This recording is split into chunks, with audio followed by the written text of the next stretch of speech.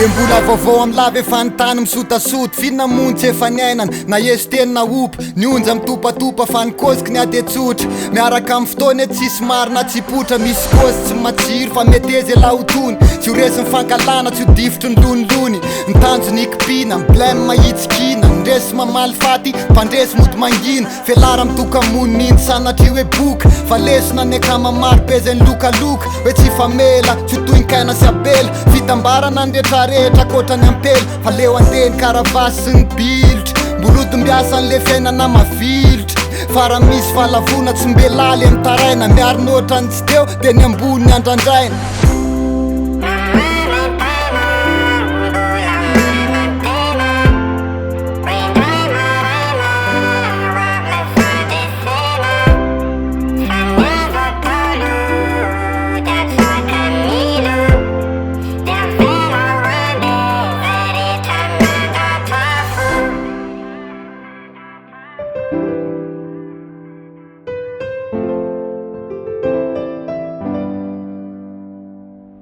Fahombiazana tsy hoandreo manana fijery marivo Blème anankiray fa ny vaholan'io arivo apatsiaivo Tsy voazao ny lalany lamy feny lavaka Tsy voazao koa ny fiaretana nataony lafiravaka Fa ataovy tarigetrany hoe mba mioty aloha vo miato Fa ny lala mipandresy tsy maintsy hoe misy vatovato Misy maso mivotirika, zato la mijajirika Minoana fela iny tsy maintsy mahita irika Faky vinalaviro, fiaretana fikiro Mifandresena kora omepotsiny lesy tsy matsiro Misy fotoana raparapa, filaiko ala tsy miapa Fa raha milavolefo eo itsofandropapampo De raha misy fadisopana tenana fingolo Fa nitavany larakotsa sanatry tomany lesy fa ranomasy tongolo Tsisy tsara mihoatry ny zavatra azo tamin'ny heripo De raha miemitry indre mandela mila mandrosindro